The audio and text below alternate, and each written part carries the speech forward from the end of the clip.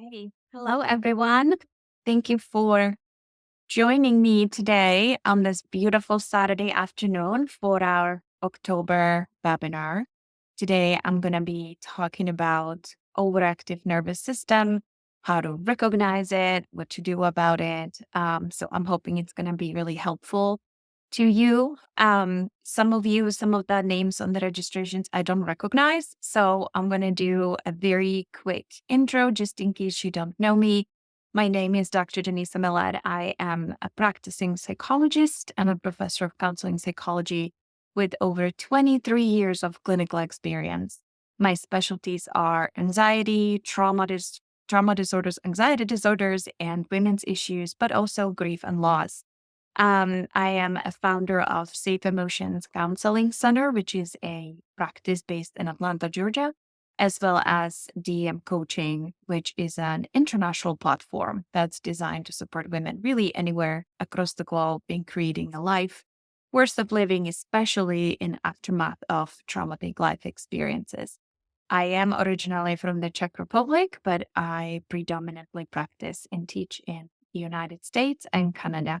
If you want to learn more about me, about my background and credentials and the way I work, I encourage you to visit either one of my websites, either denisamillette.com, which is the Safe Emotion Counseling Center website, or the dmcoaching.live, which is the international website.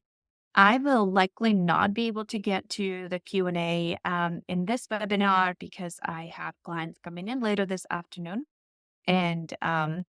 But I would like to encourage you to please email me if you have any questions. You can email me info@denisamillette.com. You can find my email or contact information on either website. So please feel free to reach out with any questions that you may have. And now, without a further ado, let's dive into today's webinar. So I want to, before I talk about overactive nervous system, I really just gonna want to give you a very quick overview of the nervous system in general. So the human nervous system is really a very complex network that acts as the body's command center. It's responsible for regulating, coordinating all bodily functions from, basic processes like breathing and digestion to complex activities like thinking or feeling. It's divided into two main components. So the first one is the central nervous system or CNN. This really includes the brain and the spinal cord. The brain processes and interprets sensory information, while the spinal cord acts as a conduit for signals between the brain and the rest of the body. And then the second one is the peripheral nervous system or PNS. This system consists of all the nerves that branch out from the spinal cord and extend to other parts of the body, including the limbs and all of your organs. The PNS is then further divided into somatic nervous system, which controls all of your voluntary movements, and the autonomic nervous system, which regulates involuntary functions. And really, the ANS, the autonomic nervous system, is something that we're going to really focus on today. The nervous system works by sending electrical signals through specialized cells, which we call neurons. And these signals are what helps you move and think and feel and respond to your environment. The other part of this little psychoeducation and nervous system is just looking at the autonomic nervous system, which is, controls, like I mentioned, it controls your involuntary bodily functions. So these are processes that happen without you consciously thinking about them. So this could be your heartbeat, your digestion, your breathing. And this system on its own is divided into three parts as well. So the first one is the sympathetic nervous system. This system prepares your body for stressful or emergency situations, and it's often referred to as the fight or flight response. So we have increased heart rate, our pupils dilate, and the digestion is inhibited. The second part is the parasympathetic nervous system. So this system helps your body to relax and recover. So often we call this the rest and digest response. It slows down the heart rate, constricts your pupils again, and stimulates digestion. And then there is also enteric nervous system, which is specifically designed to manage the functions of your GI tract. It operates independently, but it can also communicate with the central nervous system. So the ANS, the autonomic nervous system, is really crucial for maintaining homeostasis, which is the body's ability to maintain a stable internal environment despite the changes that are going on in the external conditions. So that was just a little bit of an overview. So we're all on the same page, knowing what I'm talking about when I'm talking about autonomic nervous system. I am not going to dive very deeply into trauma per se in this webinar. I have talked about and will be talked about trauma in other webinars, but for the purpose of this presentation, trauma is an experience that profoundly affects the human body and mind. So when we're undergoing a traumatic event, the nervous system really kicks into high gear and activate a cascade of responses that are designed to protect us. Okay, so I have mentioned as a part of the autonomic nervous system, I have mentioned the sympathetic nervous system, um, which really plays a crucial role during traumatic events. Again, that's the part of your system that's responsible for the fight or flight response. It's a survival mechanism that primes your body for action. So when a traumatic or really triggering situation occurs, the sympathetic nervous system increases heart rate, it increases blood pressure and energy supplies while slowing down all of the non-essential functions like digestion. So this response is vital for immediate survival, but it's meant to be temporary. So when a threat is overwhelming or it's persistent, the nervous system kind of gets stuck, becomes stuck in this very heightened state of alert. And this high alert state may cause the experience to become stored in the body, buried in the body in a constant loop, never allowing for us to come down to a mode of relaxation. So, such a great amount of stress over time then can potentially lead to PTSD, post traumatic stress disorder, a chronic activation of sympathetic nervous system can also lead to what's known as dysregulation of the autonomic nervous system, which manifests as symptoms like anxiety, panic attacks, or restlessness. And can even contribute to physical health conditions such as fibromyalgia, chronic fatigue syndrome, or irritable bowel syndrome. In addition, trauma can also sensitize the hypothalamic pituitary adrenal axis, which is the body's central stress response system. And this makes us more reactive to stress, and it can increase the production of stress hormones such as adrenaline and cortisol. In addition, the trauma has the power to condition the brain itself. So, you probably heard me talk before about, trauma altering the structure and function of the brain, impacting areas like the amygdala and hippocampus and thalamus, which are involved in processing emotion and fear responses. So, when we have overactive structures of the brain, it makes us more reactive to perceived threats even when there is no actual danger present. Okay, so why is it important to address an overactive nervous system? Well, first of all, it can be a significant barrier to overall well being, affecting really everything from our mental state to our physical health. So, when our sympathetic nervous system, which, like I mentioned, that governs the fight or flight response, is constantly engaged, it again leads to a host of issues. Mouse predominantly, I see anxiety, but also chronic stress and high blood pressure. So this state of hyperarousal then disrupts sleeps, digestion, and even our immune system, making it really difficult for the body to rest and repair itself.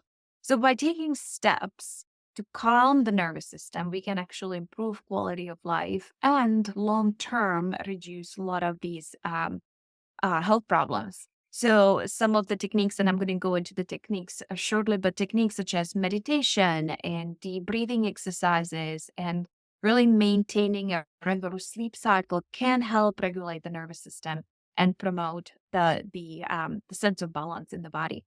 Also, importantly, working with an overactive nervous system is not just about symptom management. It's really about getting to the root of the problem and fostering a sustainable, healthy lifestyle.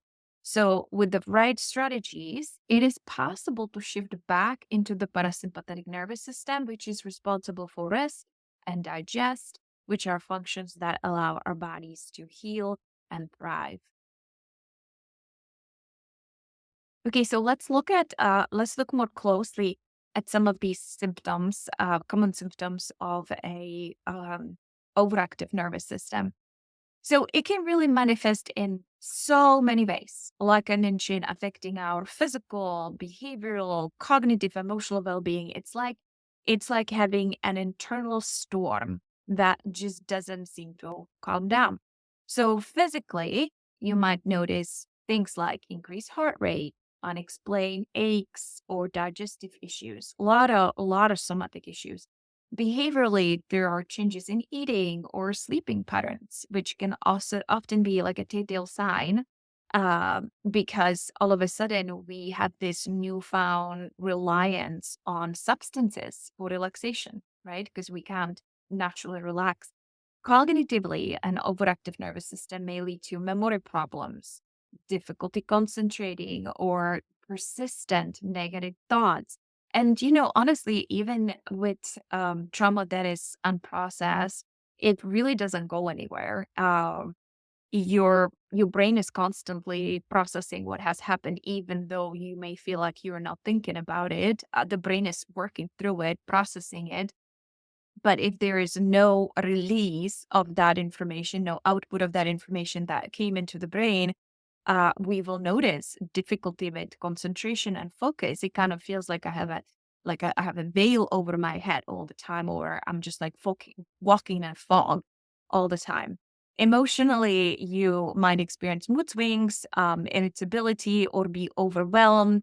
A lot of times, one of the classic sign is difficulties in relationships because of all of these changes that we are experiencing. So these symptoms really vary from person to person. They are, it depends on your own individual threshold. What happens, and again, I've talked about this at a different webinar, what this looks like and what our individual response to trauma and stress may look like. Okay, moving on. So now I'm going to start talking a little bit about some of the immediate calming strategies for overacting nervous system, and then I'm going to look at some long term. So if you have worked with me in the past, you know that I'm a big advocate of breath work and breathing exercises. I think that if that is the only thing you do, it would be amazing. There are many, many different breathing exercises. So I just put some of my favorite ones here. They're really the simple and extremely powerful way to alleviate stress and bring about a sense of calm. So the first one I'm going to mention is the pursed lip breathing. This involves just slow and steady inhale, followed by slow and steady exhale, almost as if you are blowing out a candle on a birthday cake, or you can think of like letting air out of a tire. The most important thing about this exercise is that the exhale needs to be longer than the inhale to activate the relaxation response in the body. And then, it needs to be in the proper posture. So we're going to talk about it looking at a little bit more in detail, looking at number two, which is the diaphragmatic breathing. So this breathing activates your abdominal muscles. So it's encouraging full oxygen exchange and slowing down the heartbeat. This is one of the fundamental breathing practices that I teach to my clients. The key here is to really ensure your body posture. You got to make sure that your chest is open so that when you inhale, your abdomen rises, and when you exhale, your abdomen falls. So, with any of these techniques, if we are in a position where our body is slumped over, sort of contracted, there's no way that when you take a deep inhale that you can actually activate the vagus nerve, which is what we're trying to do to promote relaxation in the body. Okay. So very, very important. Sometimes it's really helpful just to walk, really open your chest, even open your arms to the side to make sure that that inhale really goes through your diaphragm. and can activate what it needs to activate to bring on the relaxation response. The number three is breath focus technique. So this exercise combines imagery and focus words with deep breathing to release tension. So imagine that when you're breathing in, you're breathing whatever the word is that you would like to bring in for yourself. So you can imagine breathing in peace, relaxation, but also energy or focus. You focus on the word that you want to bring in. And as you are exhaling, you're exhaling what you're trying to get rid of. So you can exhale stress or pressure or anxiety or intrusive thoughts, whatever it is that you want to get rid of. So it's helpful to have a mental picture as well while you're doing this exercise. So sometimes I'll encourage clients to imagine that they're breathing in their favorite color or a light or something that's shimmery, sparkly, whatever feels good to your imagination. And then when you are breathing out, imagine breathing out something that's really muddy or kind of gray that represents a stagnant energy that no longer serves you that you want to get rid of. Number four is lion's breath. This is a very powerful technique which involves a deep inhale that's followed by a very forceful exhale through the mouth. So you take a breath in through your nose and then the exhale is out through the mouth. It can be very refreshing and very kind of fun. So the whole body is involved in this particular technique. So you raise your arms above your head. Take a deep breath in, and with a fast motions, you swing your arms down while bending forward and exhaling with your mouth open and even your tongue sticking out. I know that sounds really silly, but it's incredibly energizing and can bring immediate release. So that's lion's breath.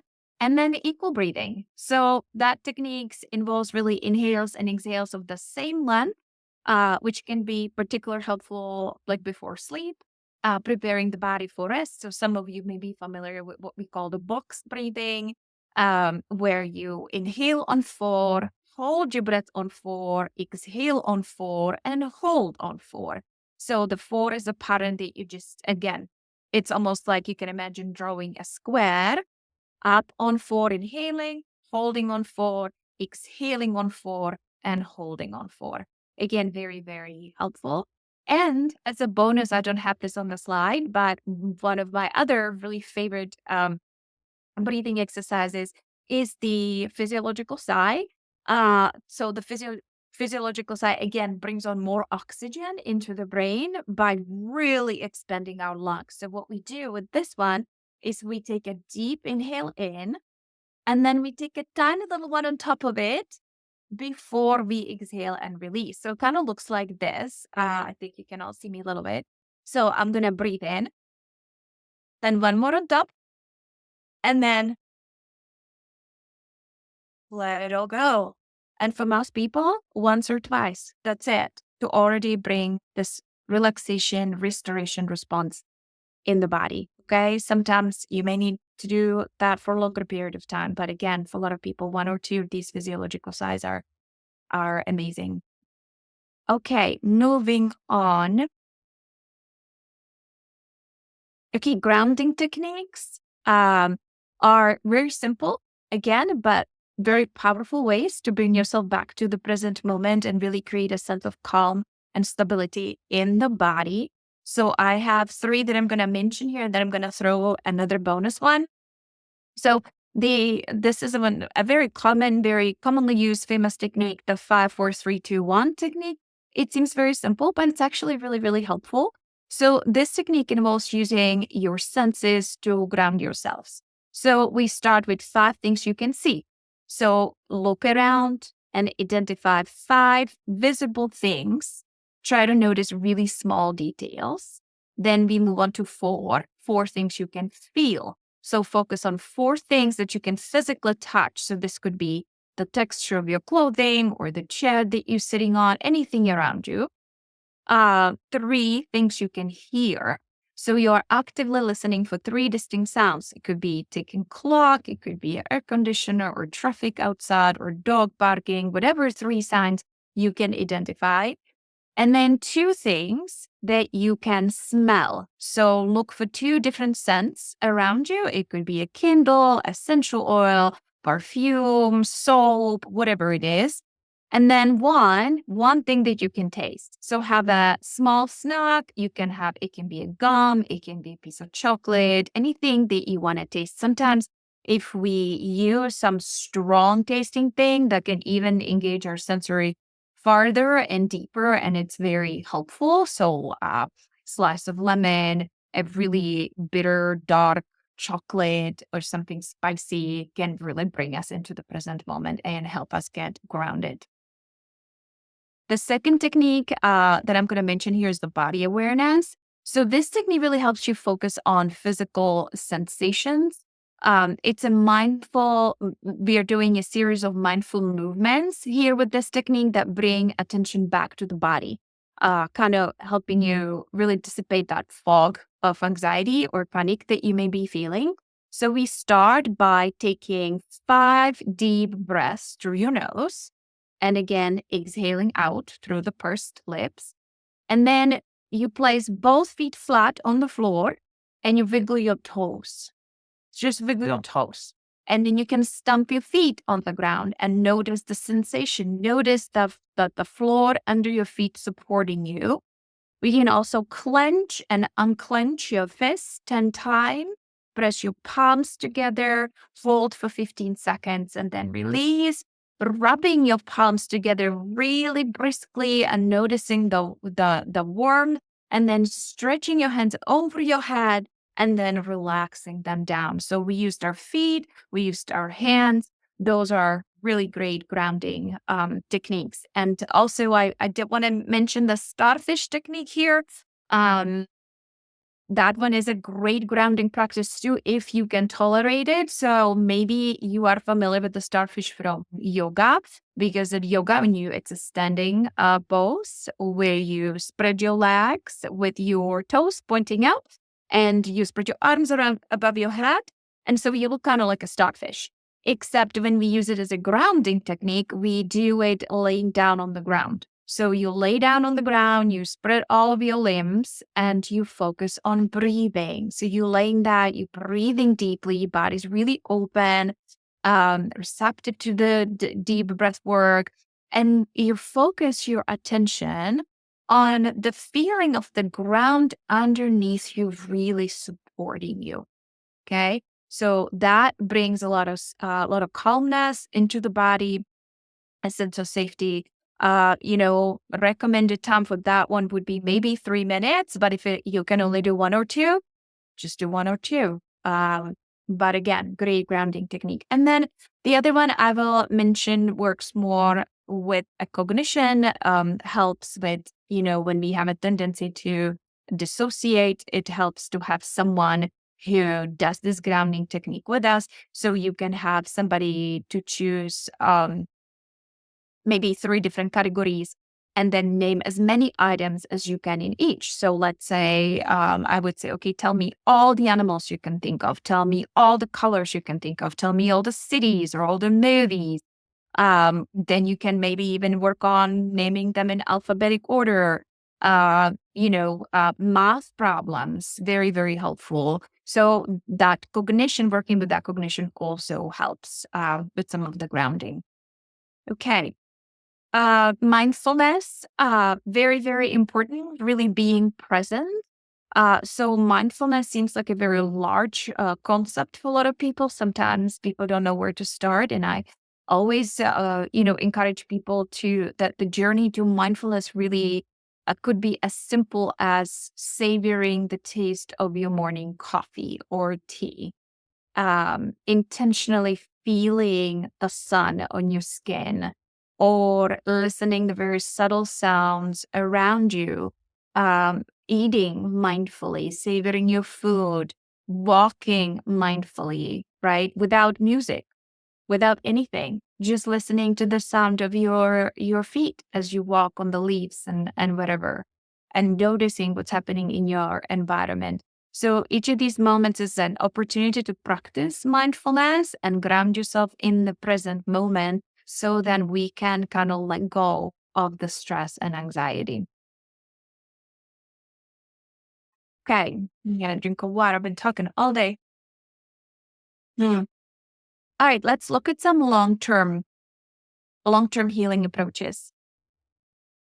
Okay, so therapy options. So overactive nervous system can feel again like this relentless storm in your body. It can be leaving you on edge constantly, where you're just racing yourself for the next wave of anxiety, next wave of stress.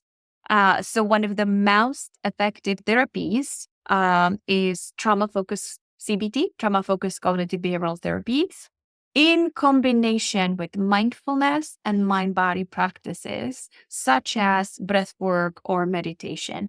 So while CBT, cognitive behavioral therapy, can help you identify and change thought patterns that contribute to your overactive nervous system, the mind body practices that really need to come alongside it teach you to focus on the present moment. So that is so important because it is grounding when your nervous system is sounding alarm left and right and all the time. So deep breathing, progressive muscle relaxation can help soothe your sympathetic nervous system, really promoting peace and stability. I have a YouTube channel that has few meditation videos on it that I recorded for some of my clients to have access to. If you just look for my name on YouTube, you will get to that channel, and there is a progressive muscle relaxation recording there if you want to give that a try.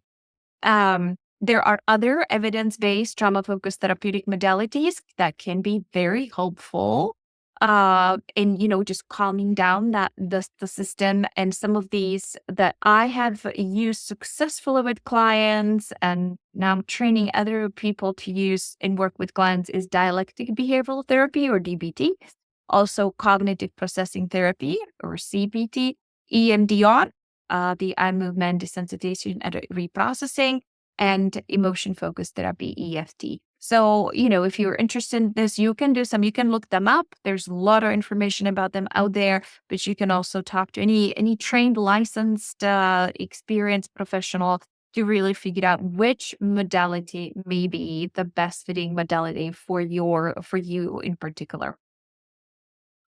Okay. Uh, Fortunately, there are also several lifestyle changes that really help manage and alleviate the symptoms of overactive nervous system.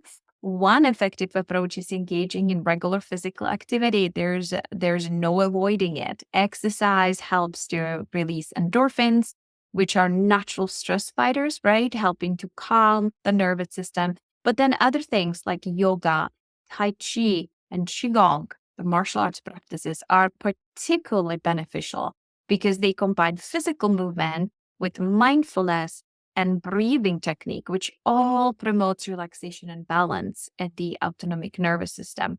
Meditation, another very powerful tool, right? Because it allows us to focus our mind and reduce the chatter that often exacerbates nervous system activity. So guided imagery, again, progressive muscle relaxation, like I just mentioned, they're all can be instrumental in calming an overactive nervous system.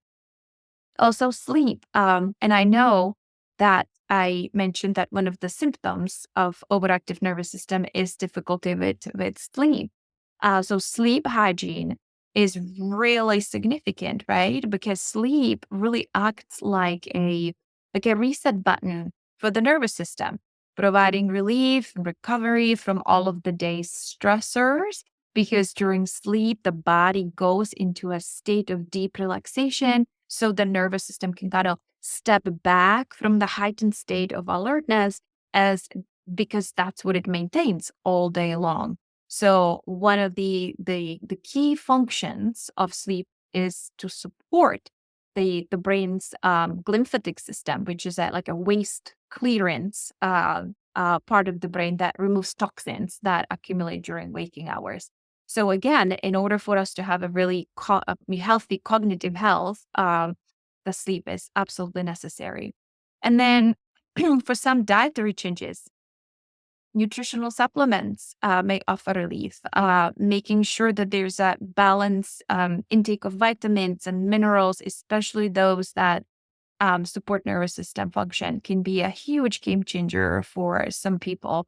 I'm not going to be recommending any particular supplements here, but that's outside of the scope of this webinar. But if you do have questions about that specifically, please reach out to me. I'm happy to share that information with you as well.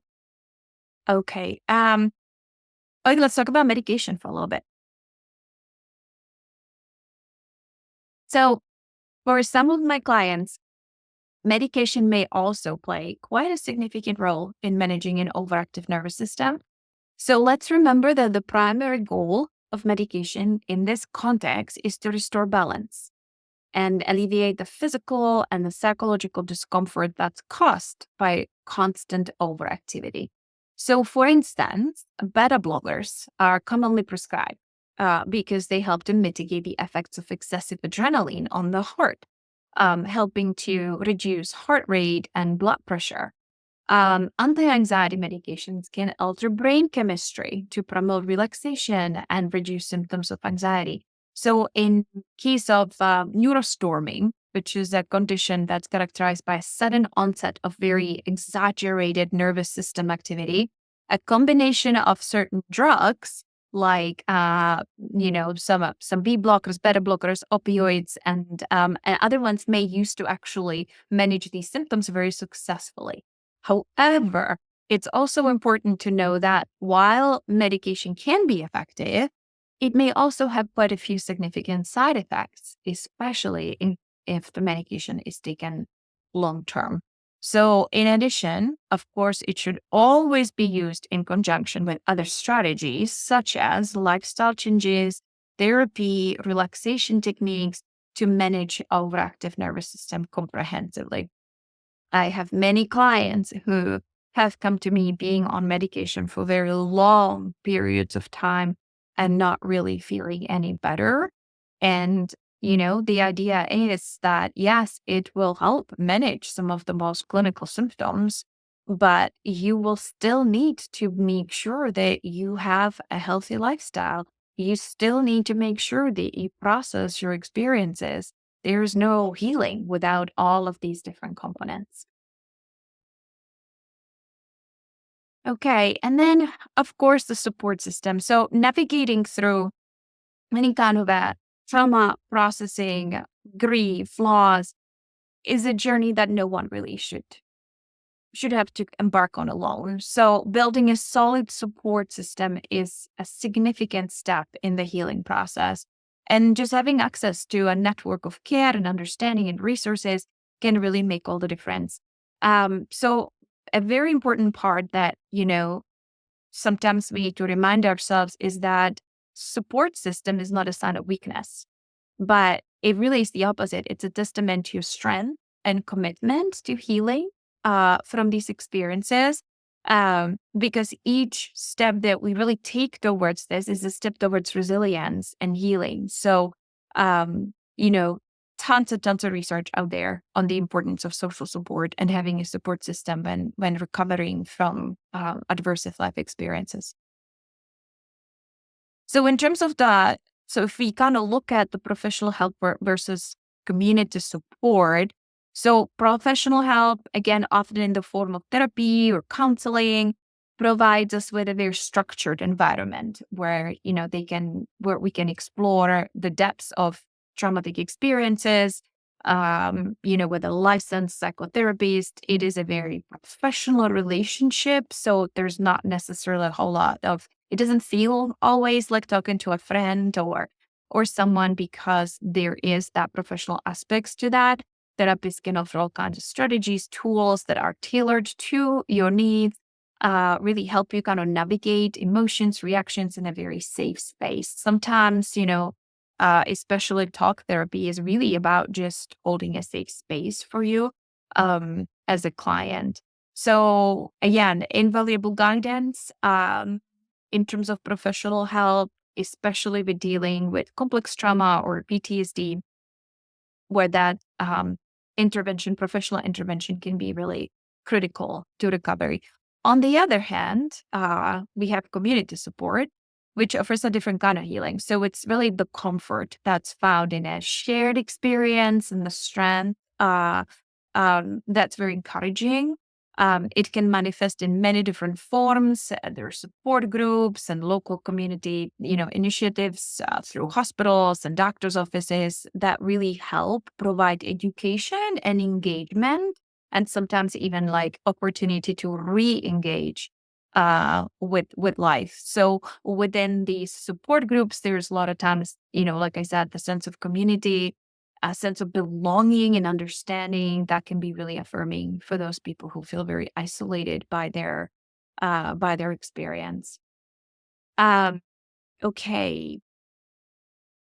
So there are many online resources as well. So for those who really seek a sense of community, online forums, support groups, again, offer like a platform for a lot of these shared experiences and mutual support. And nowadays, especially after COVID, the online forums and support groups are really increasingly accessible and also affordable. So, dealing with these issues, my strong recommendation would be to find a community of other people that can serve as a social support. And speaking of that, and this is really where we're kind of wrapping up this webinar and this presentation, we are really excited to launch our new support groups. We are calling them Hummingbird, and they are going to be virtual or in person. So with this announcement, I know some of you who are on this webinar know that our private practice office is moving in October to a new location. It's in the North Lake Tucker area. And one of the biggest reasons for the move is that we will now have a much bigger space to where we can have in-person group therapy and workshops and similar events. So very, very excited. But let me just mention Hummingbird. It's a grief, loss, and life transition support group, and it is a good support group for women. Um, we are starting them in October. The in-person groups will meet bi-weekly starting on Saturday, the 26th at 12:30, and the virtual will be meeting on Tuesday evenings, again bi-weekly starting on the 22nd. And they are really for people who have experienced traumatic experiences that resulted in some kind of a difficult loss or grief or challenging transition. Because typically, when we have a traumatic event, there is typically the second event, whether it's, a loss of normalcy, loss of ritual, a loss of friendships, relationships, loss of home, loss of finances, loss of all kinds of losses. And all these losses are accompanied by a grieving process. So these groups are really designed for women who are experiencing them. So it's not just connected to a loss where there's death involved, a loss of loved one, but really all kinds of different losses will be covered in this group. And that really concludes this presentation. If, like I said, please come visit the websites. Again, it's denisamillette.com for the Safe Emotion Counseling, which is our private therapy practice, or the dmcoaching.life.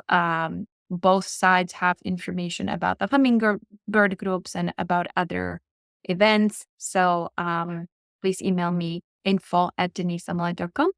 And that is that for today. Thank you again for coming. And I hope to see you in November in our next webinar. Bye, everyone.